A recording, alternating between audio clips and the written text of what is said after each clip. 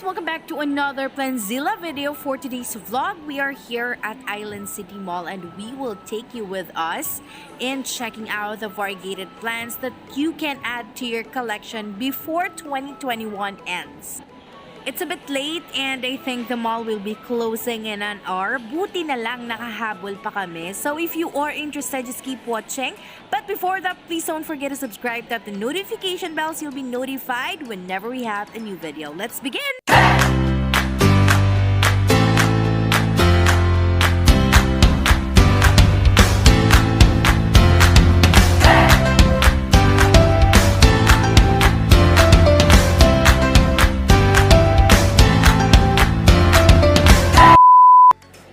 Start off with this Epiprimnum pinnatum na albo, guys, already trailing on the pole and malalaki na nga yung leaves niya, klarong-klaro pa yung variegation niya. This one is worth 1,800 pesos, which is really far from how they were before kasi sobrang expensive po ng plants a year ago or maybe few months ago. Pero ngayon, guys, ang daming nagsibabaan ng presyo. So, habol-habol before 2021 ends.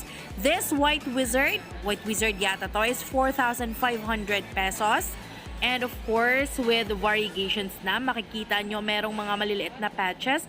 This one is the Florida Beauty, which is 15,500 pesos. Super perfect for a risk taker with a green thumb. The next one, guys, doesn't have a price, but we don't have it yet, so I'm including it in the list.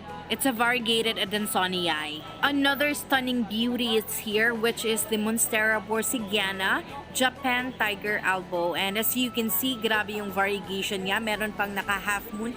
For sure, this is pricey, guys. And this is worth 26,000 pesos. The name is quite long, guys, and it's even hard to memorize, lalo na kapag bagong kita mo pa lang. And as I have observed, itong pinakabagong leaf yung nakasplit compared to the old ones. The next one is the Paraiso Verde. Before, guys, I really get confused when it comes to its similarity with Philodendron Josebono. But now, it's clear na pareho lang silang variegated. This one is worth 4,500 pesos. Ayan. They are totally different from each other, guys. So, akala ko lang talaga yun before. Sayang at marami kaming hindi inabutan dito. Halos paggabi na kasi. So, marami nang nasold, guys. This one right here is a Monstera aurea. Dalawang dahon lang po siya. But, the price is actually shocking. 55,000 pesos po siya with 2 leaves and nakalagay siya sa medyo transparent na pot. I really like that. Makikita mo talaga yung progress ng roots sa ilalim. This one right here, I just do not know what it is, guys. Basta ZZ siya, pero hindi ko alam kung anong variety ng ZZ. This is worth 800 pesos. Ayan. I don't know if this one has an ornamental name, but balanghoy siya or the cassava and it's variegated, worth 350 pesos. Ang ganda ng variegation. This one is another variegated philodendron, which is the jungle fever, and sobrang ganda. The next one is another Florida Beauty, guys. Sobrang naa-amaze ako sa mga pot na ganyan na makikita mo talaga yung itsura ng roots sa ilalim, especially if gumagalaw na sila and bagong tanim. This one right here, meron siyang palabas na bagong dahon, guys, which is a sign na stable na talaga siya. 55k din po ulit yung price niya, katulad lang ng Monstera aurea. So this one, I'm not sure kung ano yung pangalan niya, guys. Another variegated plant. Let's see if may pangalan ba dito. Oh, it's a Calachuchi. So, not your normal Calachuchi, guys, kasi nakakita naman tayo ng Calachuchi. I don't know sa inyo, basta sa amin marami yan dito. But this one right here is variegated for 850 pesos, all from Green Living. Plant is live. Plant Pro Bohol pala. Hello, Sir Michael Yu and Sir Vendo Madag. Nasa inyo yata yung pinakamahaling yun. This one right here is worth 150 pesos. Nakalimutan ko yung pangalan niya. I'm not sure if this is some Humalumina. Ito ba yung sulcata? Another variegated jungle fever or the variegated golden piña is here. Sobrang tingkad yung kulay niya. In person, even dito sa camera guys, it's worth 6,500 pesos. And malaking-malaki na siya. Another big Paraiso Verde is here. Super laki compared to that one na maliit na pakita ko kanina. This one is worth 8,000 pesos. And I'm not real sure if yung price ba ng mga ganitong plants is based per leaf guys. Basta mas madami kasi yung dahon niya. Ito naman is a Monstera Thigh Constellation guys. Baby version yata to. This is worth 13,500. That's really shocking. Kasi ganito talaga yung price ng mga Monstera guys. May nasold pa nga kanina for 120,000 pesos. I'll just try to insert a picture if ever I'll find one. If hindi ako nagkakamali, Albo ang variegation na to. Pero correct me if I'm wrong. And this one guys, hindi ako sure kung variegation ba yung tawag sa kanya. This is a Philodendron Moonlight.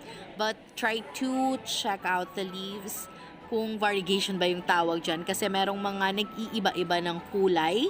Apart from being a normal giant moonlight that we normally see online. Or if you have one. Kasi hindi pa ako nakakakita ng ganito in person. And I really find it beautiful. Malaki na siya guys. Ito yung itsura ng somewhat like a discoloration sa leaf niya. Which we think is a variegation. How long will it take kaya to grow someone this big? Another variegated is available, which is the variegated Orlando for 1,500 pesos. Hindi ganun kadami yung variegation niya guys. Ito I think is the Gigantium Blizzard. Hindi ko alam kung meron ba tayong price dito. Basta ito guys, sobrang dami ng dahon niya and super beautiful ng variegation niya. I really love this type of philodendron guys kasi feeling ko sturdy siya. So ito naman, of course, Philodendron Painted Lady. Of different sizes available nga pala to guys. Merong iba-ibang size. Ito, madami na tong dahon. This is worth 1,000 pesos. But smaller pots with a lesser price are also available. Ito naman guys is a variegated Burley Marks. One of our dream plant. So, etong isa lang yung dahon guys. But meron naman siyang budding na dahon na papalabas is worth 650 pesos. Eto, shocking guys, so this is a variegated Monstera Peru. That's 5,000 pesos. Isa lang po yung dahon niya. So, ayan, if you are really into Monsteras, then grab one. There are also small Josebonos available guys. And yung mga nakikita kong price dito is around 2.8. I do not know if meron bang bababa sa price na to. Pero yung sa amin kasi malaki na. So, I don't know how much it is. If merong magpipresyo doon. Pero itong ganito guys. Itong ganito palang kalaki. 2.8 po siya. Ayan, ito naman is an epe na albo yata. It's worth 1,100 pesos. Thank you so much Sir Michael Yu kasi nagkaroon kami ng ganun. Ito yung bigger version niya guys. Nagkakaroon na ng split yung leaves niya habang tumatanda. But the variegations are still here. Ayan, nagtitrail po siya guys. Sa amin, nilagay talaga namin sa mangga. Hoping that it's gonna grow as big as that. Tapos, ito, I think is the Bloody Mary. Hindi kami nagkaroon ng chance na magtanong, but saging po talaga siya na merong patches yung leaves. May mapula-pula na patch yung leaves niya. So, not real sure kung bakit nagiging ganyan yan. Medyo payat siya for a saging ha. But this is the Bloody Mary. According to Sir Rodline before, 2,800 po siya. So, hindi basta-basta yung price. Another huge variegated jungle fever is available guys. Sobrang lalaki ng mga binibenta nilang jungle fever ngayon na variegated. Ayan oh. So that's worth 2,500 pesos. And this is a big Josepono. Ito yung itsura niya oh. So, I don't know kung bakit ako nalilito sa kanya at sa Paraiso Verde before. But, one thing that I really love about this plant, sobrang sturdy niya guys and sobrang bilis makarecover and nagbibigay agad ng shoots. So, ito, malaki-laki yung dahon niya guys. Lumalaki pa daw yung dahon ng ganito kasi meron akong nakitang nag-post nito. Tapos, umaakyat siya sa kahoy. Sobrang lalaki po ng mga dahon. And flexing this one guys, this is a type of Aglonema. I'm just not sure kung ano ba yung exact name niya. But based on what I've heard, it's Pride of Manila. May mga babies na siya guys. And what's interesting for me is that galing to sa mama ko. So, doon nila binili sa mama ko. Ngayon, naka-display na po siya sa Expo. And Maliit pa daw to nung binili nila kay mama. Eto malaki na ngayon. Hindi ko alam kung gaano katagal bago to magka-baby. So, shout out to you, Matt.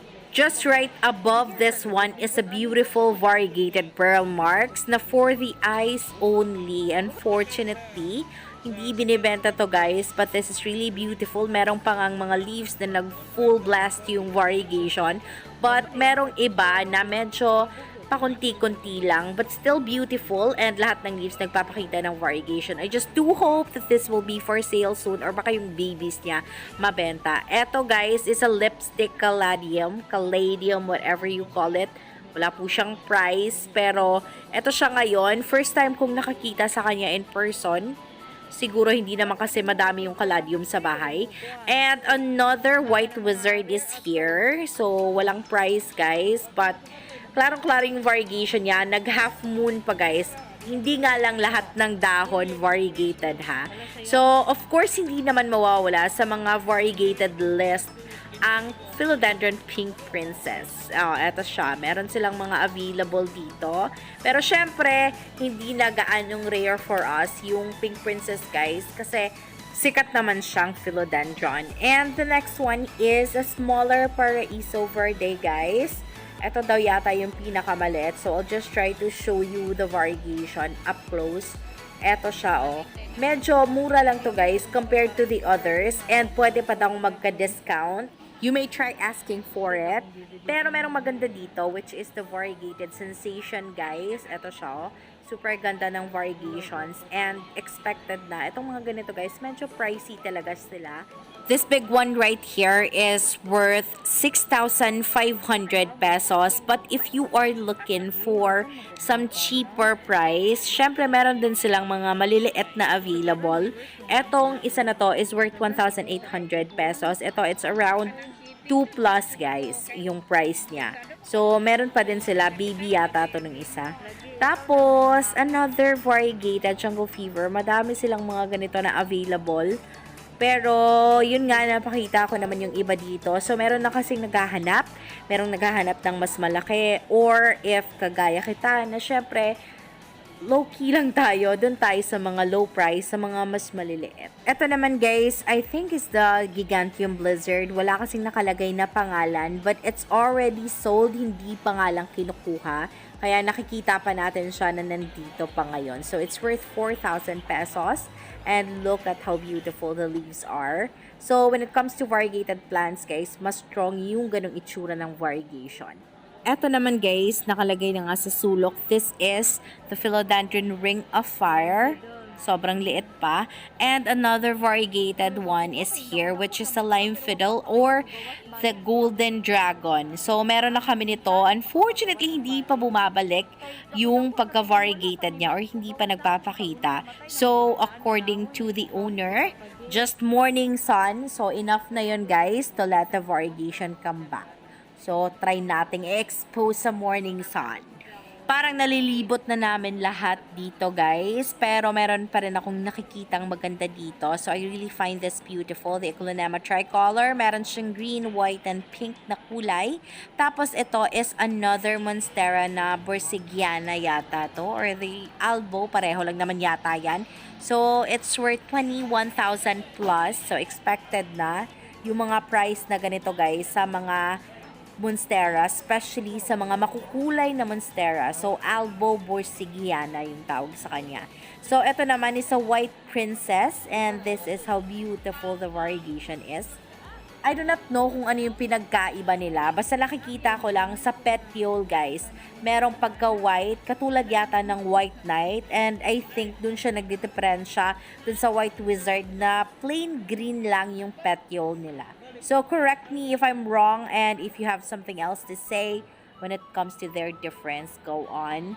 So, still I'm back kasi nakikita ko ng isa pang tricolor na aglonema. Ayan, up close guys, I super like this. And, syempre gusto ko din naman po ng mga aglonemas. Of course, we are saving the best for last and you can see this pagkapasok mo talaga sa expo and then on the right side guys, the variegated Green Congo of Plant Bro Bohol. And so far, sa nakikita namin habang paulit-ulit kaming lumilibot dito, This is the most expensive, guys, and this is how the leaves look like up close.